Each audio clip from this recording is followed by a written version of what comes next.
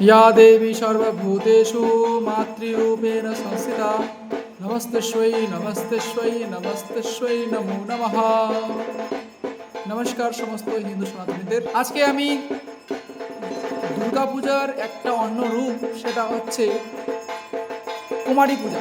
সেই কুমারী পূজা নিয়ে কিছু আলোচনা করব। 2025-এর দুর্গাপুজো অনুষ্ঠিত হচ্ছে 28শে অক্টোবর থেকে শুরু। তো আমাদের জানতে হবে যে কুমারী পূজাটা কি। কুমারী পুজো মূলত অষ্টমীর দিন করা হয় 10 ও 12 বছরের মেয়েকে দেবী রূপে সাজিয়ে।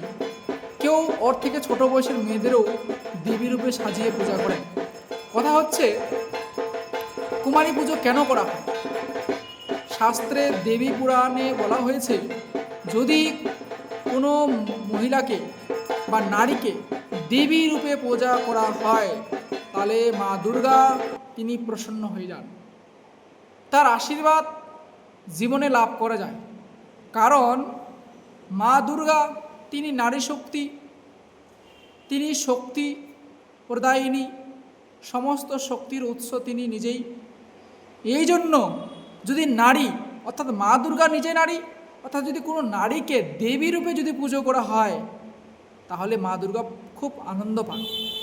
যদি ব্যবহারিক মহত্বটা দেখি, যদি কোনো নারীকে যদি আমরা দেবী রূপে পুজো করি তাহলে আমাদের মনের মধ্যে সেই নারীর প্রতি সম্মান জাগবে, নারীর মর্যাদা সমাজে রক্ষা হবে।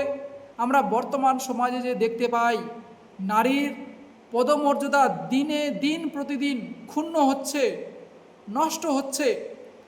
কত নারী সেকেন্ডে সেকেন্ডে মিনিটে মিনিটে প্রাণ হারাচ্ছে, কত হিংসার শিকার হচ্ছে। সেই নারীকে যদি দেবী রূপে পুজো করা হয় তো সমাজের পুরুষতান্ত্রিক সমাজের মধ্যে নারীর প্রতি সম্মান বাড়বে। যত্র নারী অস্তু পূজ্যতে রমন্তে তত্র দেবতা। যেখানে নারীদের পুজো হয় সেখানে দেবতারা বাস করে। এই জন্য কুমারী পুজোর মহত্ব রয়েছে। যদি কুমারীকে অর্থাৎ নারীকে যদি সম্মান করা হয়, দেবী রূপে যদি পুজো করা হয় তো মা দুর্গা প্রসন্ন হন, তার আশীর্বাদ জীবনে লাভ করা যায়। কারণ মা দুর্গা নিজেই একজন নারী। আশা করি বোঝা গেছে। নমস্কার।